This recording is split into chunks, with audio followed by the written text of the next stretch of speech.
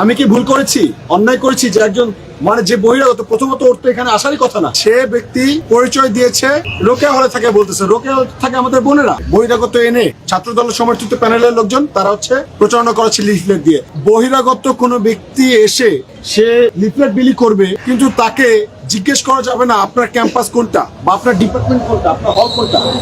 এটা আমার অপরাধ, আমি জিজ্ঞেস করেছি।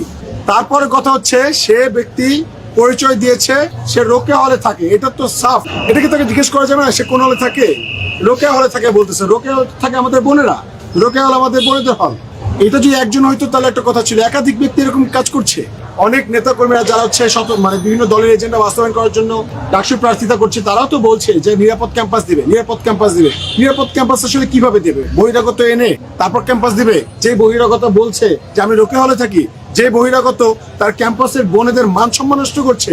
আমরা আমাদের অধিকারের কথা বলতে গেছি, আমরা আমাদের বোনেদের অধিকারের কথা বলতে গিয়েছি, আমরা আমাদের ঢাকা বিশ্ববিদ্যালয়ের শিক্ষার্থীদের নিরাপত্তার কথা বলতে গিয়েছি। এখন উল্টো আমাদেরকে যদি মামলা খেতে হয়, তারা যদি আমাদের চামড়া তুলে নেওয়ার কথা বলে, তারা যদি আমাদের কবর দেওয়ার কথা বলে, এবং তারা যদি বলে যে নীলক্ষেতায়, নিউ মার্কেটায় আমি কি ভুল করেছি, অন্যায় করেছি যে একজন যে বহিরাগত, প্রথমত ওর তো এখানে আসারই কথা না, ও আসাটাই তো ওর অন্যায় হয়েছে। ও যেই কাজটা করেছে এটা তো ক্রাইম। বহিরাগত সে আচরণবিধি লঙ্ঘন করেছে, ক্রাইম। ছাত্র দল সমর্থিত প্যানেলের লোকজন তারা প্রচারণা করাচ্ছে লিফলেট দিয়ে। আমার কাছে 2টা ভিডিও আমি আপনাদেরকে এখন ইনস্টা দিয়ে দেবো, আপনার পেজে ঢুকলে পাবেন। আপনারা চাইলে এখনই দিয়ে দিব। চিফ রিটার্নিং অফিসারের কাছে দিয়েছি, কিন্তু এখন পর্যন্ত তার কোনো অ্যাকশন নেয়নি।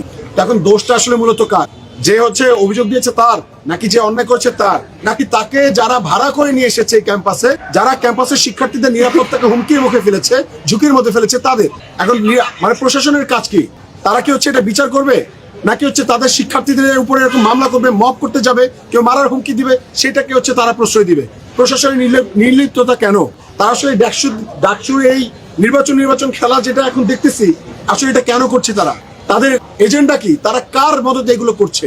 এটা এখন প্রশ্ন হয়ে দাঁড়াইছে আমাদের। তো ঢাকা কলেজের শিক্ষার্থী ভাই বোনদেরকে বলবো যে আপনারা নিশ্চয়ই জানেন, ওখানে আমি বারবার মেনশন করেছি যে ঢাকা কলেজের ভাইদের প্রতি আমাদের শ্রদ্ধা আছে, কিন্তু যারা এই আচরণবিধি লঙ্ঘন করেছেন, যারা বহিরাগত এনেছেন, আমাদের দায়, আমরা কিন্তু তাদেরকে প্রশ্নবিদ্ধ করছি। এবং ঢাকা কলেজের কি এমন কোন সুবিবেচক বা চিন্তাশীল কোনো ভাই নাই যে এই ব্যাপারটা একটু নোটিস করবে? যদি মনে করেন ঢাকা কলেজের সুনাম ক্ষুণ্ণ হয়েছে, আপনার ঢাকা কলেজের অথরিটি আছে। ছাত্রদল কি ঢাকা কলেজের অথরিটি? ঢাকা কলেজের অথরিটি আছে। আপনারা সকল শিক্ষার্থীরা মিলে যান, ঢাকা কলেজের অথরিটির মাধ্যমে আপনারা ঢাকা কলেজের প্রতিনিধিরা গিয়ে মামলা করুক আমার নামে, কোনো আপত্তি ছিল না। কিন্তু ঢাকা কলেজের সকল শিক্ষার্থীদের নামে তারা গিয়ে মামলা করতেছে, তারা মব করতেছে। এটা তো ভয়ঙ্কর একটা বিষয়। তো আপনারা ঢাকা কলেজের শিক্ষার্থী ভাইরা কিভাবে এটা মেনে নিচ্ছেন? তো আমি আসলে আপনাদের কাছে কিছুই বলবো না। ঢাকা কলেজের ভাইদের প্রতি আমাদের বলাইটুকু জায়গা থাকবে, যদি মনে করেন আমার ভুল হয়েছে, ক্ষমা তখনই বলবো যখন আমি কনভিন্স হবো যে আমি ভুল করেছি, আমাকে বুঝতে হবে। তো আমাকে কনভিন্স করেন যে আমি কি ভুলটা করেছি, আমাকে আগে উত্তরটা দেন। আপনারা ঢাকা কলেজের শিক্ষার্থী ভাইরা যারা আছেন, আপনারা গণভোট করেন যে কতজন শিক্ষার্থী চান আমার চামড়া তুলে নিতে, কতজন আমার কবর দিতে চান, কতজন এই মামলাটার পক্ষে আছে। এটা ছাড় দেওয়ার মতো বিষয় না। ঢাকা বিশ্ববিদ্যালয় প্রশাসন আসলে কি করতেছে? এই প্রশ্নগুলো তৈরি হচ্ছে আমাদের এখন প্রত্যেকটা শিক্ষার্থীদের মনে। সবাই কিন্তু এই বিষয়টা নিয়ে আমরা চিন্তিত যে ঢাকা বিশ্ববিদ্যালয়ের একটা শিক্ষার্থী যদি অভিযোগ তোলে কি ভাবে, তাহলে কি এভাবে মব তৈরি করা হবে, তার কবর দিতে চাইবে?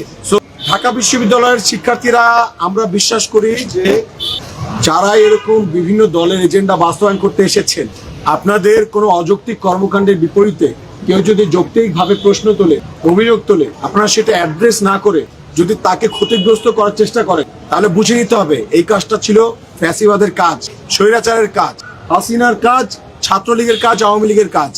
ঢাকা বিশ্ববিদ্যালয়ের হলে থাকা যে নির্যাতিত শিক্ষার্থীরা, তারা কিন্তু সম্মিলিতভাবে 17 জুলাই প্রত্যেকটা হল থেকে ছাত্রলীগকে বিতাড়িত করেছিল, শুধুমাত্র এই ধরনের কর্মকাণ্ডের জন্য, এরকম ফ্যাসিবাদী অ্যাক্টিভিটিসের জন্য। যদি আপনারা আবারও সেই ফ্যাসিবাদকে ফিরিয়ে আনতে চান, তাহলে কিন্তু মনে রাখতে হবে যে ঢাকা বিশ্ববিদ্যালয়ে যারা জুলাই অভ্যুত্থানের শক্তি ছিল, তারা কিন্তু সবাই সচিবালয়ে যায়নি, তারা এখনো লাইব্রেরিতে আছে। তারা যে কোনো সময় রাস্তায় যদি নেমে পড়ে, আপনাদের কিন্তু তাদের সাথে মোকাবিলা করতে হবে। আপনাদের সবার কাছে রিকোয়েস্ট থাকবে, এই ব্যাপারটা নিয়ে আপনারা সবাই প্রশ্ন তুলুন, কথা বলুন। আমাদের কোনো শিক্ষার্থী যাতে এরকম ক্ষতিগ্রস্ত না হয়, এবং আমরা বিশ্ববিদ্যালয় প্রশাসনের কাছে জবাব চাই যে তারা কেন 24 ঘন্টা পার হয়ে গেছে এখন পর্যন্ত কোনো স্টেপ নিল না। আমরা এর প্রতিবাদ জানাচ্ছি, তীব্র নিন্দা জানাচ্ছি, ধিক্কার জানাচ্ছি।